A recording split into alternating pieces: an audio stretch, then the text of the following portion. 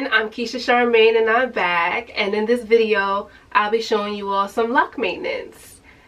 And sidebar, if you're a long-time subscriber, then I hope you already know this, but my channel is for you to explore with me my lock journey and get some of my tips and tricks that I've picked up along the way. By no means am I telling you what you should do with your hair. I like to encourage you that if you're one of the type of people who like to, you know, do things yourself, if you're a DIY kind of person, if you want to do your own hair, then I would like to empower you to give it a try, because I know it can be expensive, so always go to a stylist. Stylists are very necessary and we love them and we need them. However, we don't want to always spend that money, so it's really good for you to have the skill to do your hair yourself.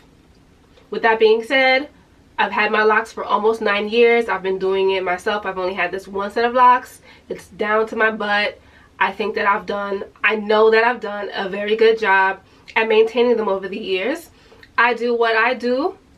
You may not do what I do. I like to emphasize the fact that everyone's hair is different. We all need to learn our own hair and learn what works best for your own hair. For instance, a lot of people are on the fence when it comes to the clipless retwist. I am absolutely for a clipless retwist. I've been doing it for the past 6 years of my lock journey, and I've never experienced thinning at my root ever. Ever. But yes, so many people are so against it because they swear it's going to make your hair break off. Maybe that happens for some people. I've never seen it. It's not happened to me. Which is why it's important for you to learn your own hair so you can see what tips and tricks resonate with you. Okay? Okay. So today I washed my hair, as it's freshly washed. Prior to washing, I did a pre-poo. Now, what is a pre-poo, you ask? A pre-poo basically is a treatment before shampoo. So pre-poo before shampoo. And that can be a number of things. But for me, I use the horsetail leaf growth oil, and I put it on my scalp and on my locks. But let me rewind. Before I even did my pre-poo, I brushed my locks. And the purpose of brushing your locks is in case you may have any lint sitting on the surface of your locks. As you brush it, the brush is, you know, catching the lint, or it's brushing the lint off of your hair. So it's either getting trapped into the brush or it's just getting brushed off of your hair. Either way, that's what you want, because you don't want to wash your hair with lint on the surface of your hair, because that can make your lint lock into your hair. And we don't want that. So I brushed my locks prior to my pre-poo. So once I finished massaging the horsetail leaf growth oil onto my scalp and hair, I went and shampooed my hair, and I used lavender Dr. Bronner soap. Now, if you're wondering what's the purpose of the pre-poo, me personally, I use conditioner on my locks here and there, and the reason why I prefer to use conditioner, I know a lot of people are going to say, oh no, people say don't use conditioner. My hair is color treated, and not only is it color treated, but it is color treated. Like, I've been dyeing my hair since I hit 1 year locked, and I'm almost 9 years, okay? I've been dyeing my hair a lot, and like each year I probably dyed it like 4 times a year. My hair has been through it, and yet by the grace of God, it's still here, down to my butt. Although so many naysayers said that my hair wouldn't make it, we made it, okay? Okay, so being that conditioner is known to cause buildup, I don't like to use conditioner each wash. Mind you, I wash my hair twice a month.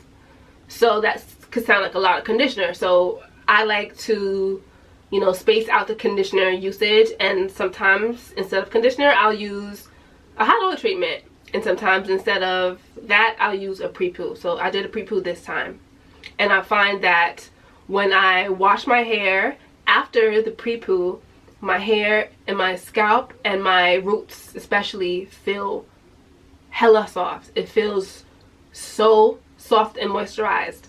Shampoo is very stripping, it's very clarifying, but sometimes it can strip out too much.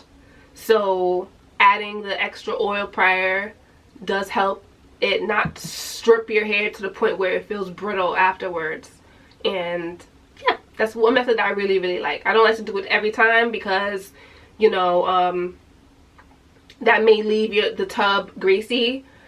So, you know, that's just more work when it comes to cleaning the bathtub. I mean, it might not be a big deal, but, you know, sometimes I would prefer to do the hot oil treatment afterwards where I don't have to wash it out. So I'm using less oil and I don't have to wash it out.